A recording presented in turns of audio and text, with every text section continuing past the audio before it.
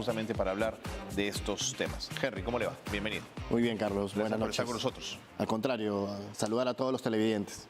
El conjunto de poderes del Estado y el conjunto de espacios de sociedad civil que se reunieron con la Comisión de Alto Nivel de la OEA, ¿para ti fueron suficientes y representantes fieles de nuestro tejido social o sientes que faltó ahí voces? Mira, ¿cómo te agradezco sin que los televidentes sepan que no hemos planificado, por supuesto, ningún tipo de intervención? Porque esta tarde yo venía reflexionando sobre eso. Decía, la OEA, por supuesto que tenía que reunirse con el órgano jurídico, el sistema judicial, el órgano político, el presidente, el órgano legislativo, y con actores de los medios de comunicación.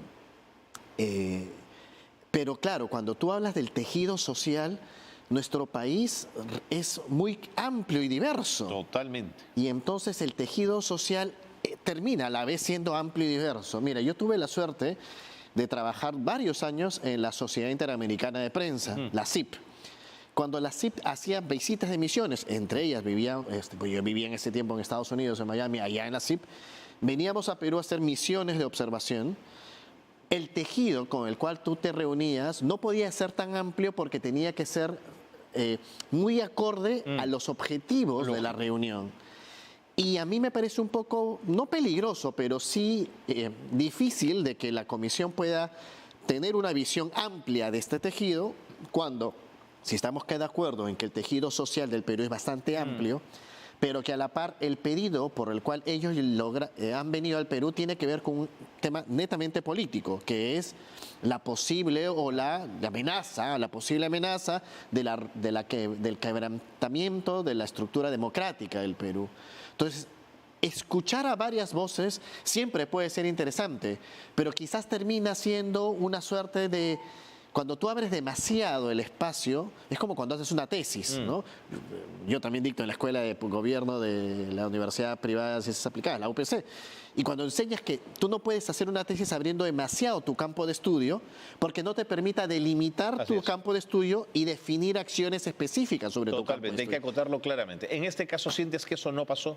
Siento que eso no ha pasado porque al abrir demasiado deja otras voces que también podrían decir ¿por qué yo no? Por ejemplo, hoy la reunión que tuvieron con este grupo de mujeres por, me parece, por la Constitución o algo así, que está la exministra Anaí Durant.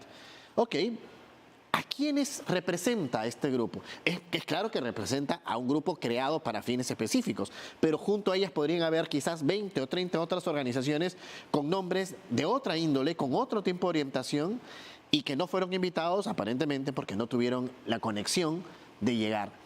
¿Qué gana la OEA escuchando a uno y no escuchando a otro?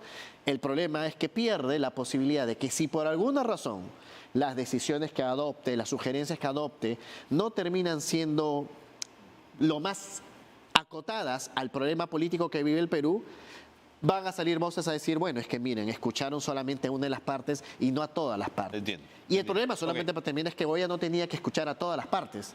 Tenía que escuchar a todas las partes involucradas en el proceso político que está poniendo en riesgo, que están en conflicto. De acuerdo.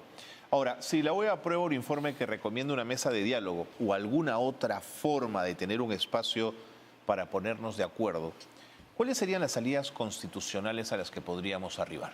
Lo que pasa es que lo que pueda sugerir la OEA tiene que adecuarse al marco constitucional vigente del Perú. Sin duda. Y eso es casi como volver al inicio, porque las mesas de diálogo que puede sugerir son las mismas mesas de diálogo que la Concertación ha pedido en algún momento tener. El episcopado ha buscado o ha querido impulsar y el acuerdo nacional. El acuerdo nacional, a eso me refería, perdón, con la Concertación. El acuerdo nacional y el episcopado, por su parte, han buscado tener esas mesas de diálogo sin frutos. Que lo haga la OEA probablemente surgirá, pero yo creo... con honestidad que lo que estamos viviendo en el Perú va más allá de las recomendaciones que la OEA pueda o no tener. Yo absolutamente suscribo que lo que va a hacer, y por lo que normalmente ha hecho la OEA en los últimos años, es pedir mesas de diálogo, pero la OEA ha sido muy poco eficiente y eficaz en solucionar problemas de mayor gravedad como tenemos en Nicaragua, en Venezuela, en el mismo Bolivia, y lo que tenemos en Perú depende principalmente de lo que hagamos los peruanos. Lo que hagamos los peruanos. Y creo que allí es donde tenemos el problema principal. Quiero apelar a tu visión también ligada al mundo de las comunicaciones, Henry, Claro. porque el tercer vicepresidente del Congreso quiso que en la reunión de la OEA hubiera cámaras, que fuese abierto. La OEA no aceptó, la delegación le dijo no estamos aquí para reuniones públicas y no prosperó. Entiendo que en términos diplomáticos yo sé que no es lo correcto, pero en términos de la vida política, ¿te hubiese gustado poder ver las reuniones, que las televisaran? ¿Habría sido útil para el desarrollo de esta crisis? Mira, todo lo que es de acceso abierto Ajá. siempre es útil para poder analizar el tipo de reuniones y el tipo de comunicación que está habiendo en el Perú. Pero más importante que esas reuniones, por ejemplo, podría ser más útil que se vea el Consejo de Ministros No, de sin manera duda, abierta. Sin duda. ¿Te das cuenta? Digamos, como he trabajado en organismos internacionales, puedo entender que la razón por la cual la OEA busca que las reuniones no sean publicitadas es porque es verdad que cuando tú ya también tienes una cámara delante tuyo, algunos sectores hacen más trabajo histriónico. Totalmente. Eso es lo que hacemos a veces en comunicación, Totalmente. es prepararnos con un Sabiendo que hay letrero, cámaras. sabiendo que hay cámaras y generar más que todo noticia que eventualmente ser colaborativo de una reunión Desde esa privada. perspectiva es cierto. Sí. Es cierto. Ahora, en términos de comunicación pública, yo sí creo que hay reuniones del carácter de Estado Ajá. que sí deberían ser De abiertas. acuerdo. Ahora, ante la misión de la OEA, el Consejo de la Prensa Peruana, la Sociedad Nacional de Radio y Televisión, IPIS, alertaron que el gobierno ha lanzado una intensa campaña de ataque y de hostilización contra el periodismo peruano. ¿Coincides con esta visión? Mira, coincido, y esto puede ser no muy grato, pero también pero también creo que la parte de la crisis que vivimos en el país tiene también que ver con la forma como se ejerce hoy el periodismo en el Perú. Es una crítica constructiva que hago, porque yo he sido periodista en ejercicio durante muchos años, nos conocemos en esa lid, y hoy que hago comunicación institucional, comunicación política, te podría decir que es más difícil poder asumir una estrategia de comunicación cuando tienes a veces el periodismo, sea de uno u otro, o ni siquiera de uno u otro lado, sino periodismo más con carácter de ser jueces, ¿no? A mí me sorprende cuando algunos conductores de televisión, por ejemplo, dicen, pero el pueblo quiere, digamos, ¿de dónde sacamos la palabra del pueblo? ¿Por qué es que un conductor o conductora de televisión arroga ese derecho? se arroga la representatividad del pueblo? Cuando probablemente la conducción de un programa televisivo lo que busca es esclarecer, abrir y no juzgar. Desde ese momento que estamos juzgando a la persona que estamos entrevistando, el televidente, por naturaleza, que tiene todo el derecho de tener un mando u otro, una posición u otra, va a entrar a la defensiva y mantiene este círculo peligroso de lo que yo llamo la anarquía social de enfrentamiento, y que los medios de comunicación también siguen siendo parte de esta problemática. Ok. No digo, sin embargo, que efectivamente concuerdo con IPIS y con el Consejo de la Prensa Peruana en que de manera lamentable el gobierno, e innecesaria a la par, no solamente genera una relación con la prensa bastante distante, sino en muchos casos creo que vulnera la libertad de prensa en el Perú. Es que para... Y lo ha dicho la defensora del pueblo No, también. sin duda, sin duda. Lo que estaba pensando que también buena parte de la reflexión que hace el Consejo de la Prensa o la Sociedad Nacional de Radio y Televisión, como lo ha dicho el primer Aníbal Torres, también puede estar mediado por el retiro de la publicidad estatal que tanto daño ha hecho a los medios de comunicación, ¿no? Y yo creo que la publicidad estatal es de hecho un problema que, mira, cuando yo trabajaba en la Sociedad Interamericana de Prensa, me gusta porque estoy recordando Sí, claro. situaciones que he visto en otros países.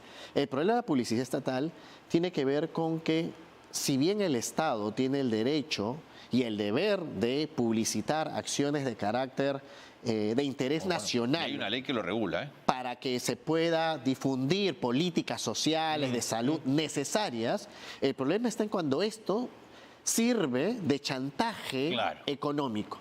Y a mí me gustaba, por lo menos, la posición de los medios de comunicación en el sentido de que tener claro de que la publicidad estatal no implica una suerte de negociación de la línea informativa de un medio de comunicación. Pero es claro que no se puede vivir, no se puede tener medios de comunicación viviendo de la publicidad estatal. Y tampoco se puede tener al gobierno de turno sosteniendo su imagen comunicacional en base a la publicidad estatal. Entonces, es claro que por allí también se necesita cierto acuerdo para que esa creencia que la publicidad estatal es una forma de maniatar o doblegar a un medio de comunicación no es real, pero también los medios de comunicación tienen el gran deber de desarrollarse, por eso son medios privados, en el ámbito privado, para no depender de la publicidad estatal. De acuerdo. Jorge Bruce, psicoanalista, ha dicho hoy en Twitter, el TC declara infundada la acusación por traición a la patria. ¿Quién asume la responsabilidad de uno de los ridículos más vergonzosos de nuestras instituciones? Yo creo que, a ver, hay varios ridículos. El primer ridículo es el de dónde nació esa acusación, que fue la entrevista que dio el presidente al periodista de Rincón, en CNN.